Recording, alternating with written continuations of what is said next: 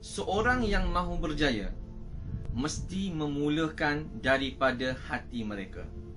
Seorang yang berjaya mesti memulakan dengan pemikiran mereka. Cara berfikir yang salah akan menyebabkan seseorang itu gagal dalam perjalanan untuk mencapai apa yang diimpikan. Seseorang apabila mahu berjaya, permulaan yang perlu diletakkan, dia mesti mengimpikan sesuatu untuk dicapai.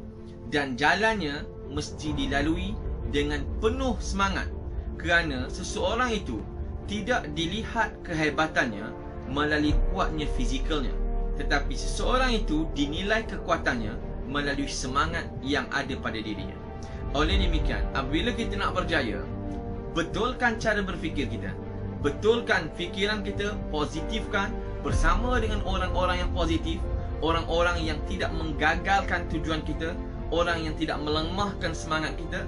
Kerana apabila kita mahu mencapai sesuatu benda yang besar, mesti kita lalui juga perjalanannya yang begitu jauh. Satu benda yang besar, kita kata hasilnya mesti dicurahkan pengorbanan yang besar. Oleh demikian, sekali lagi saya katakan bahawa kejayaan ini mesti dimulakan dengan cara berfikir yang benar. Sebab itu, ada satu kata-kata yang menyatakan, kamu tidak perlu menjadi orang yang berjaya. Maksudnya, kamu tidak perlu terus menjadi orang yang berjaya, tetapi kamu mesti mulakan untuk menjadi orang yang berjaya. Orang yang hebat, orang yang bijaksana, orang yang berjaya, mereka memulakan kejayaan mereka, bijaksana mereka dengan cara berfikir yang hebat, cara fikir yang positif. Orang yang gagal sahaja yang pemikirannya itu disulangi dengan negatif dan perasaan yang berbau kegagalan. Saudara dan saudari yang dikasihi Allah Subhanahu wa taala sekalian, apabila kita mahu melalui jalan yang besar, kita mahu melalui kejayaan yang besar, jalan yang kita lalui juga mestilah besar. Ujiannya sudah tentu dan pasti besar. Oleh demikian, apabila kita mahu berjaya dalam kehidupan, kita mesti mengetahui bahawa perlu kita mempunyai semangat yang besar, semangat yang kuat, cita-cita yang tinggi yang tidak pernah membuatkan kita gagal untuk mencapai apa yang kita mahukan. Saudara yang dikasihi sekalian, kekuatan dia tidak datang daripada kemampuan fizikal, tetapi dia datang daripada semangat yang tidak pernah mengalah. Oleh demikian, apabila kita punya semangat yang kuat, datanglah ombak yang besar, ribut yang kuat, tempikan yang menggetarkan, tidak langsung menyebabkan kita gagal dan rebah. Sekalipun kita gagal, sekalipun kita rebah, kita bangkit kembali. Hanya orang yang bodoh, yang pemikirannya itu lemah, pemikirannya itu negatif, yang apabila rebah, dia tidak mahu bangkit. Jangan pernah peduli apa pandangan orang kepada kita.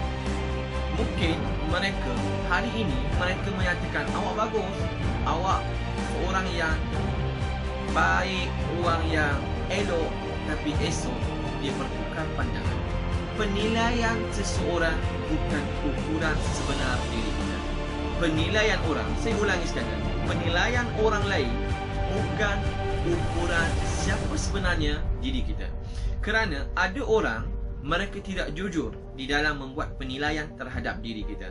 Ada orang, mereka membenci diri kita bukan kerana kita itu tidak bagus, tetapi mereka membenci kita kerana kelebihan yang ada pada diri kita.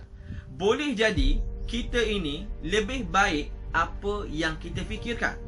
Kita kadang-kadang kita kenal diri kita bahawa kita ada kelemahan, kita tahu kelebihan yang ada pada diri kita, tetapi di sebalik kelebihan yang kita ada, mungkin ada di sana sisi baik yang kita sendiri tidak tahu.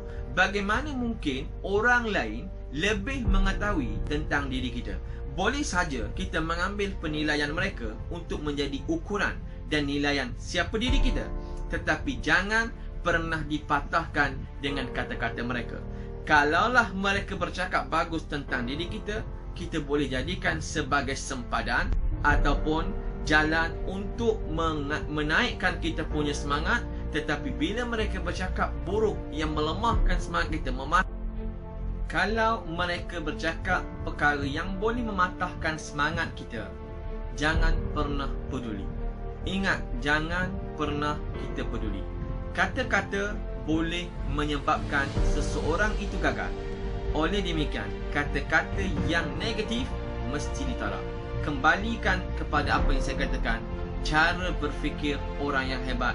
Mestilah mereka ini tidak mempedulikan perkara yang remeh dan kurang seperti ini. Oleh demikian, kita hadirkan pada awalnya cara berfikir yang benar. Cara fikir orang yang hebat, orang yang berjaya. Fikiran yang positif yang tidak pernah mengalah dengan apa sekalipun halangan yang akan dihadapi.